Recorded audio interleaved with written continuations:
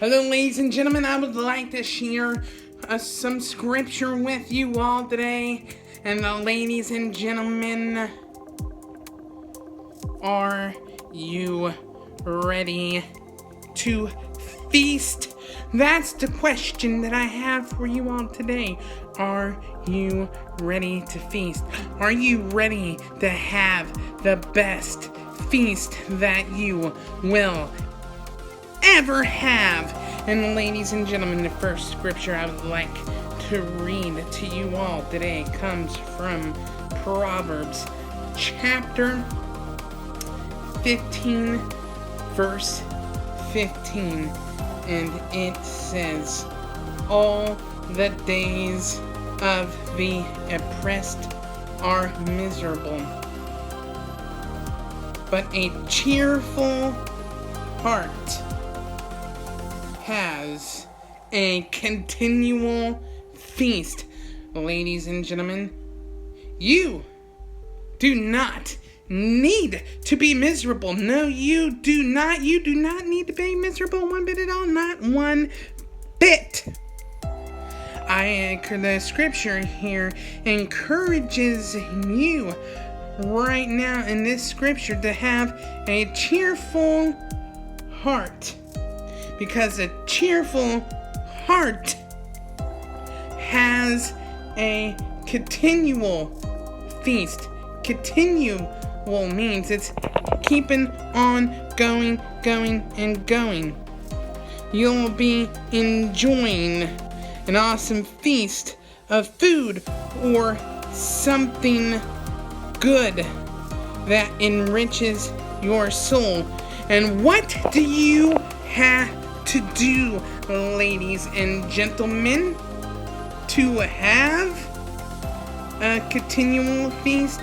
You need to eat and drink. What are some things you can eat, ladies and gentlemen, to have a continual feast? Well, ladies and gentlemen, I have the answer for you all right now. You eat and drink in the greatness that is Jesus. You let him into your heart. You eat and drink the goodness of Jesus. John 6:35 says, "Then Jesus declared, I am the bread of life. He who comes to me will never go hungry, and he who believes in me will never be thirsty." Yes, ladies and gentlemen, it says it right here. It says Jesus is the bread of life. And let me tell you something, ladies and gentlemen, that is the best bread that you could ever have. So if you're looking for some great bread that is fresh and that will enrich your life, Jesus is the bread of life. And if you take part in that, it says that you'll never go hungry. You will never go thirsty. Ladies and gentlemen, when you eat at a feast, you also need to drink. And you drink in the awesomeness of Jesus. And it says in John 7, verses 37 through 38, it says, "On the last and greatest day of the feast, Jesus stood and said in a loud voice, 'If anyone is thirsty, let him come to me and drink. Whoever believes in me, as the scripture has said, streams of living water will flow from within him. Awesome, ladies and gentlemen. When you take in the drink of water that Jesus has, it says, living water will flow from within him. Ladies and gentlemen, drink in the greatness that is Jesus, ladies and gentlemen. That is the greatest drink anyone could ever have in a feast, ladies and gentlemen. And that will help you have a continual feast.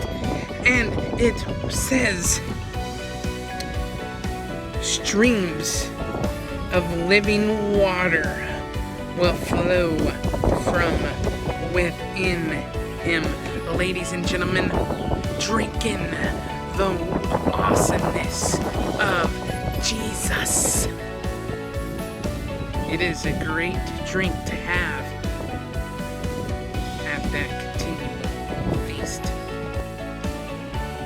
No, ladies and gentlemen, when we like to get some bread, ladies and gentlemen, and put it in the toaster, and when we get that bread out of that toaster, we like to put some nice fruit jelly on that bread and that toasted bread. It is so good. And you know what, ladies and gentlemen? To have an awesome continual feast, some things you can eat is fruit, ladies and gentlemen. Fruits of the Spirit. And you can go to Galatians 5, verses 22 and 23.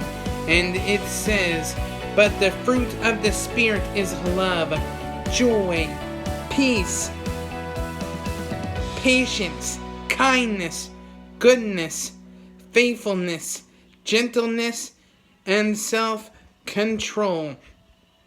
Against such things there is no law. So, ladies and gentlemen, eat of the fruits, ladies and gentlemen, of love. So good. Peace. So tasty. Patience. Oh, how delightful. Kindness, goodness, faithfulness, gentleness, self-control. Ladies and gentlemen, those fruits of the Spirit is super duper good eating, ladies and gentlemen. Oh yeah.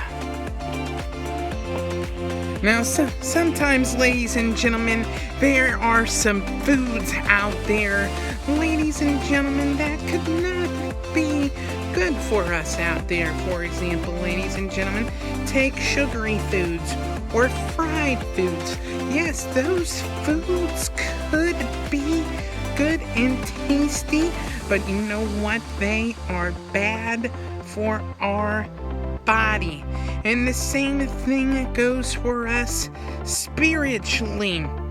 So when you are eating during that continual feast, ladies and gentlemen, you need to watch what you spiritually eat, because Satan could send some bad sugary stuff, some bad fried stuff that can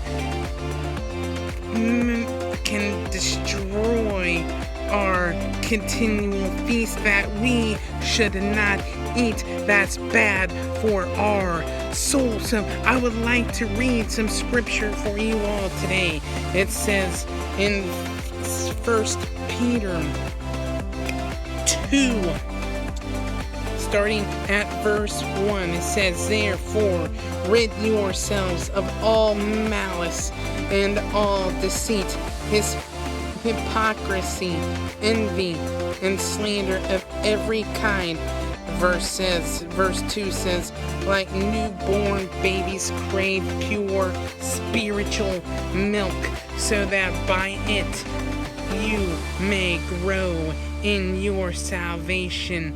Now, verse 3 says, now that you have tasted that the Lord is good. It says, rid yourselves, do not eat of malice, all deceit, hypocrisy, envy, and slander of every kind, and many of all the other temptations that the devil throws your way. He tries to throw all of that. Yes, it might look good. Satan tries to make that stuff look good, but let me tell you something, it is bad for your soul to take in during that continual feast. It says in the scripture, verse 2 says, crave that pure spiritual milk.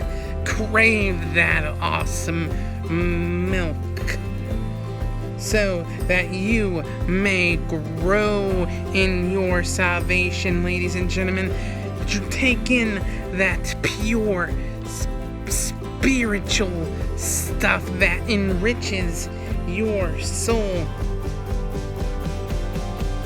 And it's so that it says that you may grow in your salvation. Know that you have tasted that the Lord is good. So to have an awesome continual feast, you need to stay away from the unhealthy stuff for your soul and drink the pure spiritual milk, so that you know that the Lord is good. Oh yeah. Ladies and gentlemen, when you have a pure spiritual feast, it is Jesus who provides the food. And when Jesus asked the disciples of food, they gave the food to him, and Jesus made it multiply. Let's read John 14, verses 17 through 21. Here we go. We have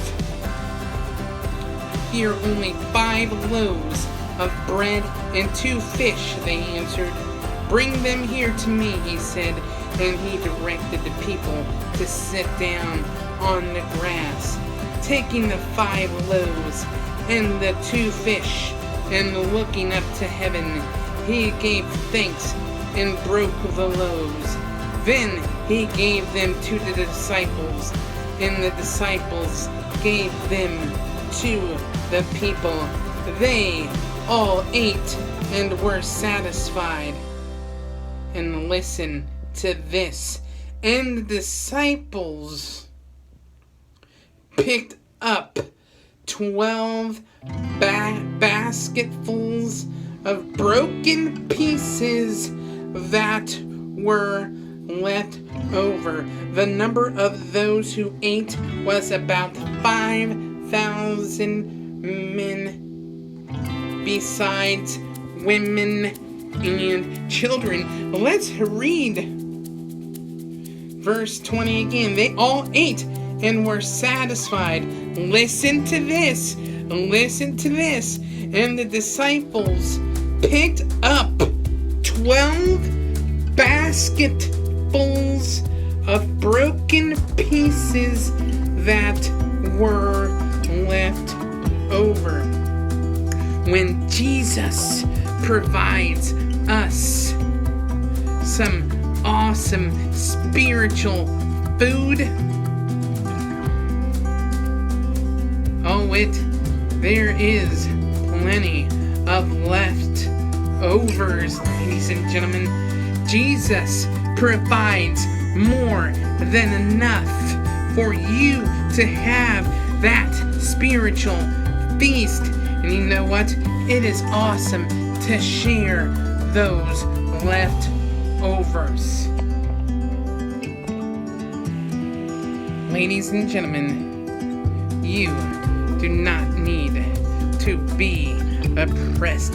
You do not need to feel down. You do not have to be spiritually starved, but you can still have that continual feast in Jesus.